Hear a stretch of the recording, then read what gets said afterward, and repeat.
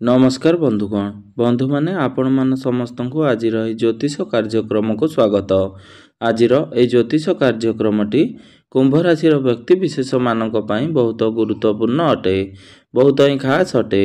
कारण कुंभ राशि व्यक्ति विशेष मानकर जीवन एही सावित्री अमावास्या ठारू बदलिबाकू जाउअछि।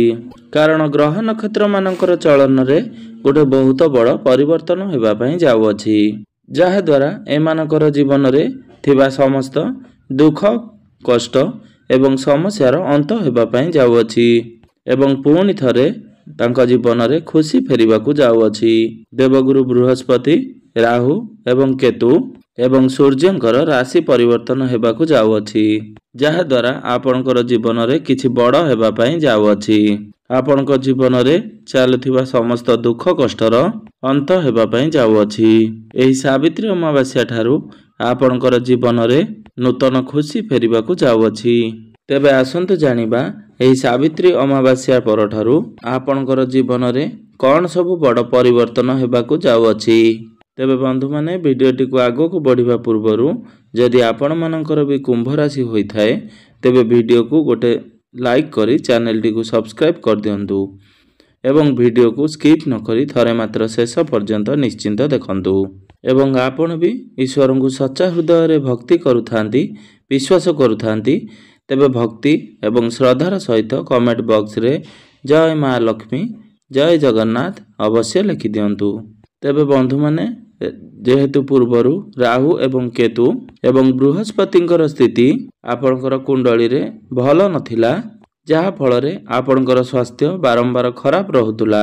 आपणकर धन जनित समस्या बारंबार देखा जाउतुला, अर्थात आपणकर आर्थिक स्थिति ठीक नथिला एवं आपणकर राशि रे शनि 7.5 चालुथिला। आपण धार करिथिले अर्थात ऋण नैथिले, ऋण सुझी पारु नथिले, ऋणर भार आपणक ऊपर बढ़ी चलीथिला। आपणकर गृह परिवार रे खुशीर वातावरण नथिला। आपणकर शिक्षा क्षेत्र रे समस्या देखा जाउथुला। आपणकर अजथारे खर्च होई जाउथुला। समाज रे आपणकर मान सम्मान पद प्रतिष्ठा नथिला एवं आपणको चाकरी प्राप्ति होई पारु नथिला।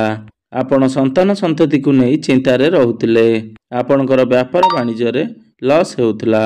आपणकर प्रेम जीवन रे मध्य बारंबार समस्या लागि रहितिला।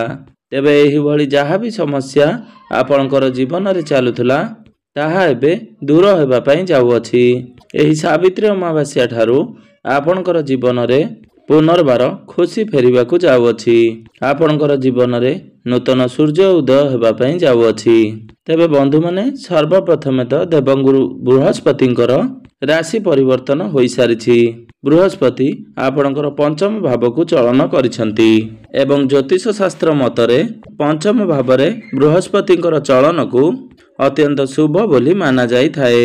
शास्त्र रे कहा जाइछि कि माटी दहिले भी सोना पालटी जाई थाए। तो बृहस्पति आपणकर पंचम भाव रे विराजमान अछंती।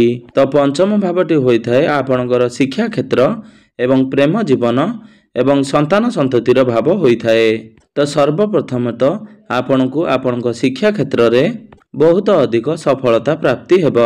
एही सावित्री अमावास्या परे आपण आपणकर शिक्षा क्षेत्र रे बहुत अधिक उन्नति करिवे। आपणकर ज्ञान बढ़िबो, बुद्धि बढ़िबो, आपणकर मन पाठ पढ़ारे लागिबो।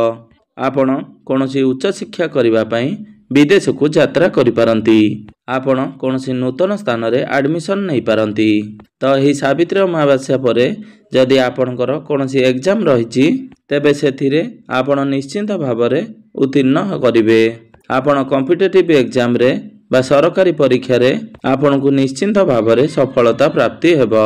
आपनको समस्त इंटरव्यू रे सफलता प्राप्ति हेबो। तो शिक्षा क्षेत्र को नै एही सावित्री अमावास्या परर समय आपणक पई अत्यंत शुभ अटे। बृहस्पति एठारे बसी आपणकर लवम, एकादश एवं आपणकर स्व राशि को दृष्टि देउछंती।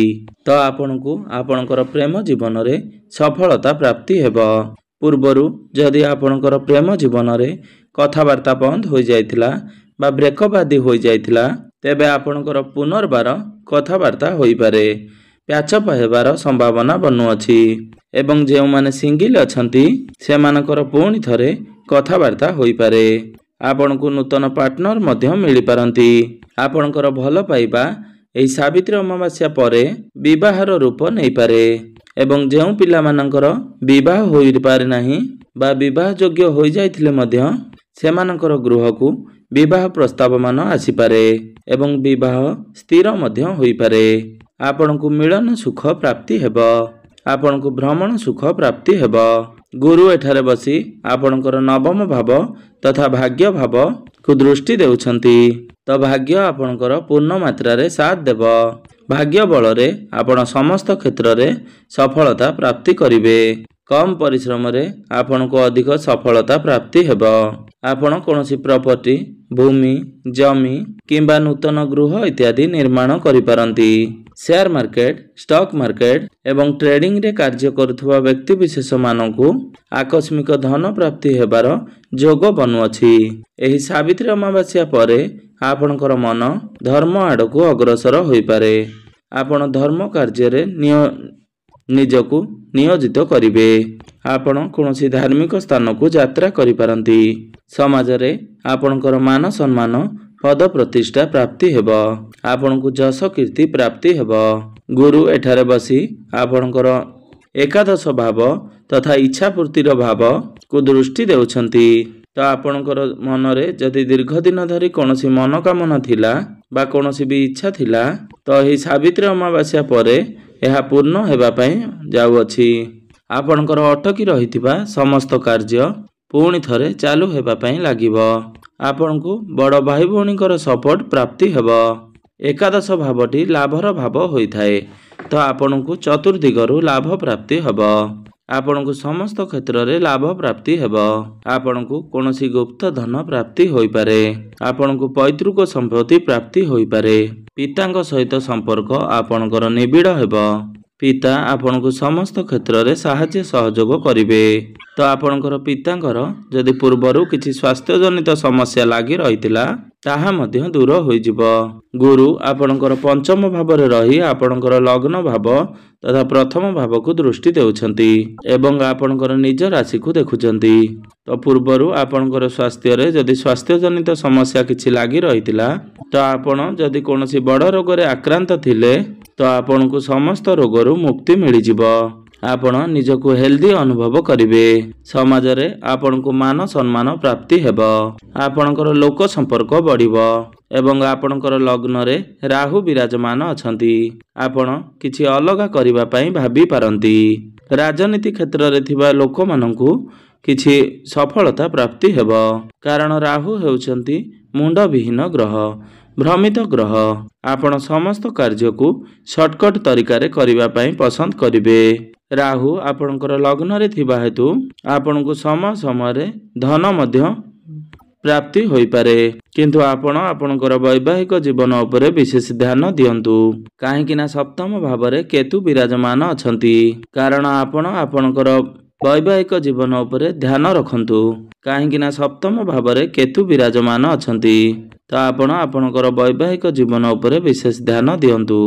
ଆପଣ ଦୁଇ ଜଣଙ୍କ ମଧ୍ୟରେ କିଛି ମତାନ୍ତର ଏବଂ କଳି ଝଗଡ଼ା ହୋଇପାରେ। ଏଥିପ୍ରତି ଆପଣ ଟିକେ ବିଶେଷ ଧ୍ୟାନ ଦେବେ। ଆପଣଙ୍କର କର୍ମ ଭାବର ଅଧିପତି ମଙ୍ଗଳ ଆପଣଙ୍କର ଷଷ୍ଠ ଭାବରେ ବିରାଜମାନ ଅଛନ୍ତି, ତ ଆପଣଙ୍କୁ ଆପଣଙ୍କର କାର୍ଯ୍ୟ କ୍ଷେତ୍ରରେ ସଫଳତା ପ୍ରାପ୍ତି ହେବ। ଯେଉଁମାନଙ୍କ ପାଖରେ କୌଣସି କାମଧନ୍ଦା ନଥିଲା ବା ବେରୋଜଗାର ଥିଲେ ସେମାନଙ୍କୁ ନୂତନ କର୍ମ ପ୍ରାପ୍ତି ହୋଇପାରେ। ସେମାନଙ୍କୁ ନୂତନ ଚାକିରି ପ୍ରାପ୍ତ ହୋଇପାରେ। ଆପଣ ଆପଣଙ୍କର କର୍ମକୁ ନେଇ ବିଦେଶ ଯାତ୍ରା କରିପାରନ୍ତି ଏବଂ ଯେଉଁମାନେ ବି ବିଦେଶ ଯିବାକୁ ଚାହୁଁଥିଲେ ତ ସେମାନଙ୍କର ସେହି ଇଚ୍ଛା ନିଶ୍ଚିନ୍ତ ଭାବରେ ପୂରଣ ହେବ। ଏବଂ ଆପଣ ଯଦି ପୂର୍ବରୁ କୌଣସି ଋଣ ନେଇଥିଲେ ବା ଧାର କରଜ କରିଥିଲେ ବା କରଜର ମାୟା ଜାଲରେ ଫସି ରହିଥିଲେ ତେବେ ସେଥିରୁ ଆପଣଙ୍କୁ ମୁକ୍ତି ମିଳିଯିବ। ତ କୋର୍ଟ କଚେରୀରେ ଯଦି ଆପଣଙ୍କର କୌଣସି ମାମଲା ଚାଲୁଥିଲା ତ ମାମଲା ଆପଣଙ୍କର ସପକ୍ଷରେ ଯାଇପାରେ, କିନ୍ତୁ ଆପଣ ଆପଣଙ୍କର କ୍ରୋଧ ଉପରେ ଟିକେ ନିୟନ୍ତ୍ରଣ ରକ୍ଷା କରନ୍ତୁ। ଆପଣ ଅଧିକ ଲୋନ୍ ନିଅନ୍ତୁ ନାହିଁ। नचेत आपण समस्या पड़ी पारंती काहेकि ना मंगल आपणकर षष्ठ भाव विराजमान अछंती आपणकर टिके गुप्त शत्रु बढ़ी पारंती आपण एथिप्रति टिके सतर्क रहिबे एवं आपणकर द्वितीय भाव तथा धन भाव रे शनि एवं बुध विराजमान अछंती एवं शुक्र मध्य विराजमान अछंती आपणकर फाइनान्शियल ग्रोथ हेबो आपण टंका किछि संचय करिबा आरंभ करि पारंती आपणकर बैंक बैलेंस बढ़िबो आपणकर गृह वा परिवार रे हस खुशीर माहौल देखिबा पई मिलिबो आपणकर गृह को कोनोसी नूतन अतिथि मध्य आसी पारंती जेउ व्यक्ति विशेष माने ऑनलाइन क्षेत्र रे कार्य करूछंती बा डिजिटल क्षेत्र रे कार्य करूछंती कंस्ट्रक्शन रो काम करूछंती आईटी सेक्टर रे काम करूछंती बा टेक्निकल फील्ड रे रहिछंती बा कोनोसी कंपनी रे काम करूछंती सेमानकु अधिक शुभ फल प्राप्ति हेबो एवं आपण जदि बिजनेस करूछंती तो बिजनेस रे आपण बहुत अधिक उन्नति करिवे किंतु पार्टनरशिप रे व्यापार वाणिज्य करूथिले आपण टिके सतर्कता अवलंबन करंतु काहाकु आखि बंद करी विश्वास करंतु नाही नचेत असुविधार सम्मुखीन होई पारंती आपण किसी नूतन व्यापार मध्य आरंभ करि पारंती तेबे मोटामोटी देखिबाकू गले एही सावित्री अमावास्या परे कुंभ राशि व्यक्ति विशेष माने समस्त क्षेत्र रे उन्नति करबाकू जाउछंती ता शिक्षा क्षेत्र रे हेउ बा आपणकर कैरियर क्षेत्र रे हेउ स्वास्थ्य रे हेउ बा आपणकर भाग्य रे हेउ आपण समस्त क्षेत्र रे उन्नति करबाकू जाउछंती आपण अधिक शुभ फल प्राप्ति करबा पई प्रत्येक मंगलवार दिन हनुमान चालीसार पाठ अवश्य करंतु प्रभु हनुमान को मंदार फूल अर्पण करंतु आपनकु शुभ फल प्राप्ति हेबो एवं शनिंकर बीज मंत्र जप अवश्य करंतु ओं प्रांग प्रिंग प्रोंग सह शनिश्चराय नमः एही मंत्रटी को आपण 108 थर प्रत्येक दिन जप करंतु आपनकु शुभ फल प्राप्ति हेबो एवं प्रत्येक गुरुवार दिन कदली गछ मूल रे आपण हळदी पानी अर्पण करंतु एवं उदित सूर्य को तंबा पात्र रे जलार्घ्य अर्पण करंतु आपनकु शुभ फल प्राप्ति हेबा सहित आपणकर भाग्य रे उन्नति आसीबो तेबे बंधु माने आपणकर जीवन मंगलमय हो एहा ही ईश्वरक